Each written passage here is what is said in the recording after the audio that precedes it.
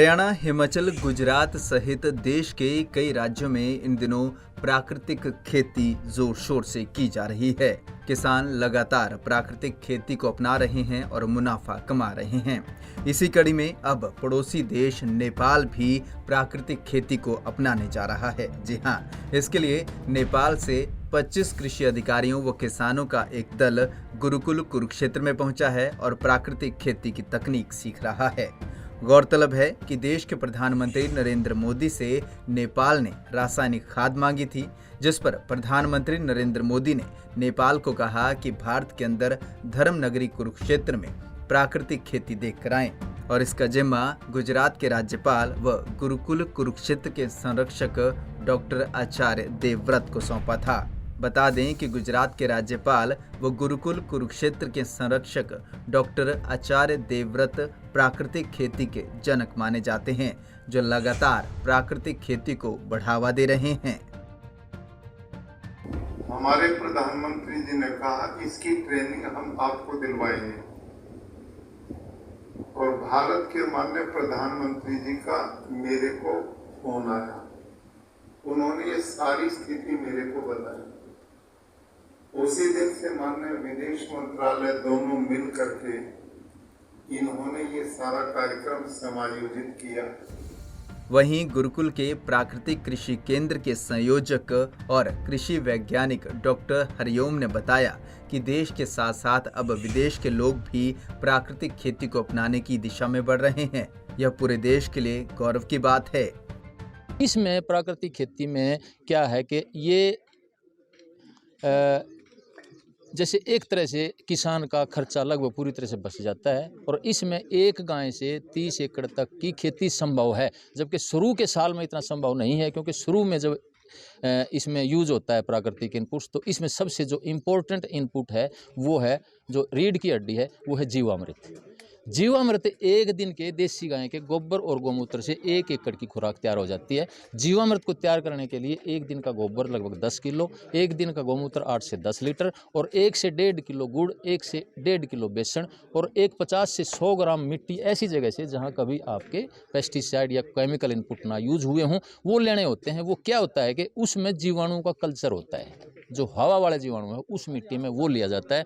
जैसे दूध को जमाने के लिए, जैसे जमाने के लिए हम दही का थोड़ा सा जीवाणु लेते हैं, वो जीवाणु ही होते हैं, वो कल्चर होता है। कितने लोगों का डेलीगेशन आया हुआ है? ये यहाँ 25 लोगों का डेलीगेशन आया हुआ है और यहाँ फार्म पे घूम के देखा है इन्होंने और पूरी तरह से ये संतुष्ट हैं कि हाँ, प्राकृतिक खेती को अपनाया जा सकता है। अगर जब किसान का, क्योंकि इसमें एक मोटी बात ये है कि इसमें किसान को मार्केट में कुछ भी खरीदने के लिए जाना ही नहीं पड़ता है। तो इसके बाद संभावना यही है कि आगे इस पे एक बैचेज और आएंगे और प्राकृतिक खेती पर लगातार ट्रेनिंग प्रशिक्षण इसमें दिए जाएंगे और अपने देश में तो लगातार दिए ही जा रहे हैं। वैज्ञानिकों को भी लगभग 450 कृषि विज्ञान केंद्र के, जो ICAR के अंडर जो कृषि विज्ञान केंद्र है, उनको भी यहाँ ट्रेनिंग दी जा चुकी है और किसान भी, और हरियाणा का पूरा एग्रीकल्चर डिपार्टमेंट को भी ट्रेनिंग दी जा रही है।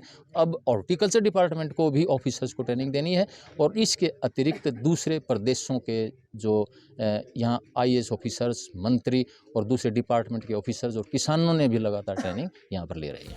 वहीं नेपाल से आए हुए कृषि अधिकारियों और किसानों ने कहा कि भारत और नेपाल के बीच संबंध अच्छे हैं और हमेशा सुख दुख में हम साथ खड़े रहे हैं। उन्होंने भारत सरकार का धन्यवाद करते हुए कहा कि हमें आज भारत की प्राकृतिक खेती देखने का सौभाग्य प्राप्त हुआ है और हम जल्द ही प्राकृतिक खेती को अपनाएंगे। बहुत अच्छी बात है। वास्तव में हमारे पूर्वज तो ये करते आ रहे थे। अब उसमें थोड़ा सा क्या हुआ कि जब पॉपुलेशन बढ़ता गया तो उनको खिलाने पिलाने के लिए जो नहीं पहुंचा, तो हम लोग थोड़ा साइंटिफिक वे में नया चीज़ अब करते गए, पढ़ते गए, सीखते गए। लेकिन अब बाद में फिर यहाँ क्या देखा गया कि ज़्यादा हम लोग शायद केमिकल की तरफ जा रहे हैं, तो उससे और दुष्परिणाम बहुत आ रहा है। जैसे अब कैंसर हो रहा है और कई तरह के बीमारियाँ बढ़ रही है। अब इंडिया में तो सुना कैंसर ट्रेन ही चलता है गवर्नमेंट ने, तो इतना बहुत मतलब बुरा हालत है। तो हम लोग भी नेपाल से जुड़े हुए हैं, मतलब पड़ोसी देश हैं, तो इसका कुछ भी अच्छाई भी जो भी इंडिया में होगा उसका भी प्रभाव नेपाल में पड़ता है और जो यहाँ खराबी होगी तो उसका भी प्रभाव पड़ता है। इसीलिए ये सब को हल करने के लिए अभी ये नया कॉन्सेप्ट के रूप में, यद्यपि हमने कहा कि ये बहुत नया तो नहीं है क्योंकि हमारे पूर्वज इसको करते आ रहे हैं, लेकिन उसका थोड़ा साइंटिफिक, उसको थोड़ा प्रूफ करते हुए जैसे अब पहले भी हमारे पूर्वज जंगल से लाके सूखा मतलब पत्तियां डाल के खेती करते थे। कि मैंने विगत 17 साल से कर रहा हूँ। अभी पहले जैविक करता था कि पहले जो वो जैसे चलता था वैसे करता था। अभी प्राकृतिक में जो लगा हुआ है इसमें हमने बहुत फ़ायदा देखा। उत्पादन के भी फ़ायदा है और स्वास्थ्य के भी फ़ायदा है। हमने पैसे कमा के बड़े बनने से हमें धर्म भी कमाना चाहिए।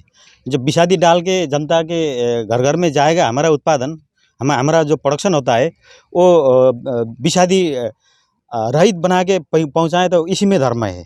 हमने बहुत तरह के जीवाणु उत्पादन करते हैं। जंगल से मट्टियाँ लेके बनाते हैं। ये गन्ना के जो गुड़ है उससे बनाते हैं। इसमें हमें करीब 8-10 आइटम बना के हमने अपने आप मल बनाते हैं। वो मल से प्राकृतिक खेती बनता है। कम लागत में अच्छा मुनाफा कमाते हाँ, हैं। कम लागत में बनता है। ये इसमें विषादी डालने की ज़रूरत नहीं है।